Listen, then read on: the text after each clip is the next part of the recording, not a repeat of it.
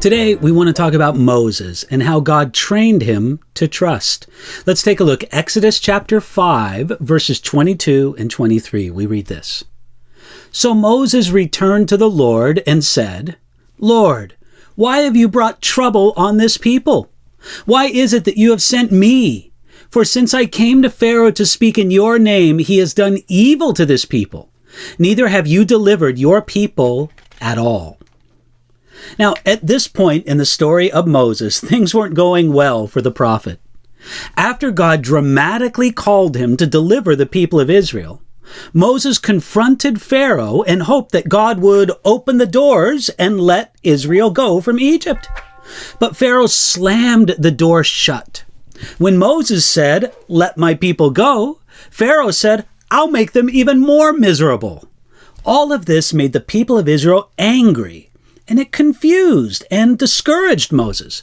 So Moses poured out his heart to God. That's a good thing to do. And Moses said something like this, Lord, why have you brought trouble on this people? Why did you send me? For Moses, God didn't make sense, and nothing was going according to the plan. When you are confused and discouraged, it's good to pour out your feelings to God.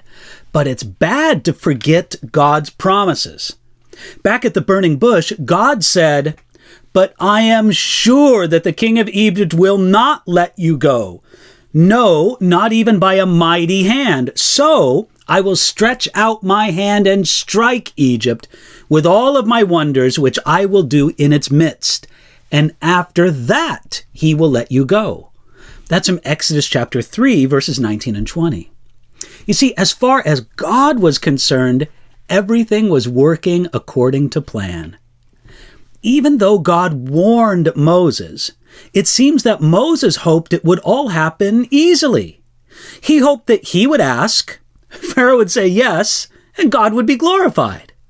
But it didn't work the way Moses thought it might work. In this tough time, the same old fears came back to Moses. I'm not the man God should send. Maybe God won't come through. Pharaoh and the Egyptians are too strong. You see, Moses still had unbelief and a lack of focus on God. And that had to change, or at least improve.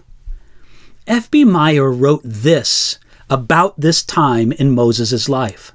Quote, "The agony of soul through which Moses passed must have been as death to him. He died to his self-esteem, to his castle building, to pride in his miracles, to the enthusiasm of his people, to everything that a popular leader loves. As he lay there on the ground before God, wishing himself back in Midian and thinking himself hardly used, he was falling as a grain of wheat into the ground to die, no longer to abide alone, but to bear much fruit." I love that quote from F.B. Meyer. You see, perhaps Moses thought that all the dying to himself was finished after 40 years of leading sheep in Midian. But it wasn't over. It never is. God will still use adversity to train us to trust him until the day we go to be with him in heaven.